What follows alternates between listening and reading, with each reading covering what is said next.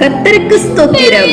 இன்றைய நாளுக்கான பரிசுத்த வேதாகம வசனம், நாம் பாவங்களுக்கு செத்து நீதிக்கு பிழைத்திருக்கும்படிக்கு அவர் தாமே தமது சரீரத்திலே நம்முடைய பாவங்களை சிலுவையின் மேல் சுமந்தார்.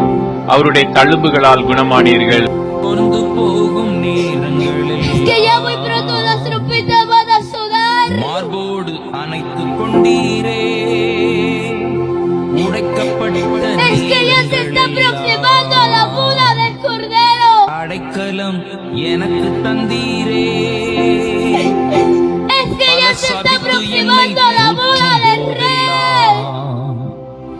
என்னை ஆசீர்வதித்து உயர்த்தி மகிழ்ந்தீரே.